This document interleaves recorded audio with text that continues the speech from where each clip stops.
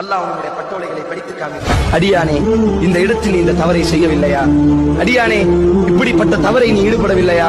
அடியானே, இப்படியெல்லாம் நீ தவறு செய்திருக்கிறாயே என்று அல்லாஹ் அந்த ஒவ்வொரு தவறையும் அவனுக்கு முன்னால் சுட்டி காமிப்பான். அடியான் அழுது கொண்டே சொல்வான், நாம் யா ரப்பி, எனது கருணையாளனே, என்னை படைத்த ரப்பே, நான் அந்த பாவம் செய்திருக்கிறேன் யா அல்லாஹ், நான் அந்த பாவம் செய்தேன் யா அல்லாஹ் என்ற நடியான் அழ ஆரம்பித்தவுடன் அல்லாஹ் ரப்புல் ஆலமீன் சொல்வான், நண்பு அடியானே, நீ கவலை அடைய வேண்டாம், உனது கால்கள் நடுங்க வேண்டாம்.